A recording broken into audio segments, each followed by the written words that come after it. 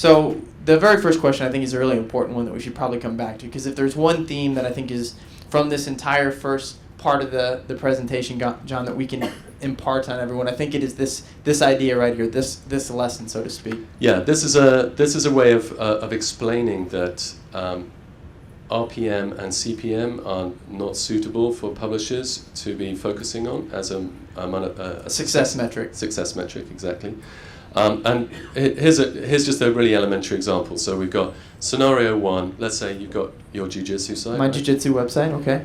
And you're doing pretty well. You're making $8 per page. So All RPM, right. Number of ads added together. How much money am I making per page? 2.5 page views per visit. 10,000 visits gives you 25,000 page views. At $8 on average, that's giving you $200 in a day. It's not too bad. Excellent. Happy with that. Now, somebody comes along and says to you, hey, I've got this extra ad I want you to put on the site, and hey, why don't you see if you make more money?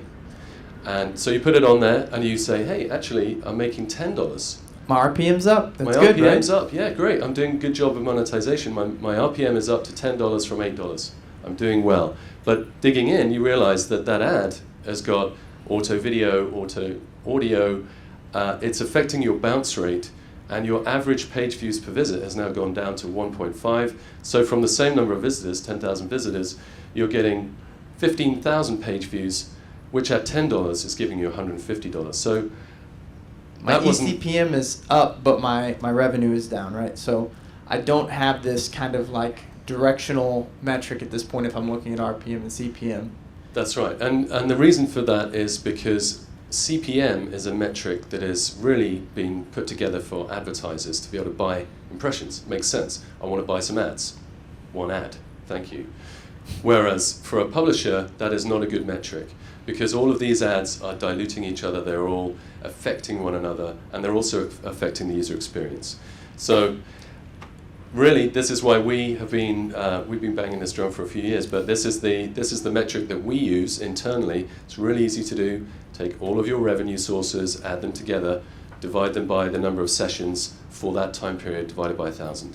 So EPMV is what we call it, earnings per 1,000 visits. And this is a metric that can be a true north. So yes, different from CPM, where I may have an eCPM that is going up, but a revenue that is going down. If I have an EPMV that is going up, it means that my revenue is headed in the right direction. It's taking into account page views per visit and bounce rate, and so if either of those are being negatively affected, and actually it's doing what all publishers here will want, which is to actually improve revenue, not the appearance of revenue.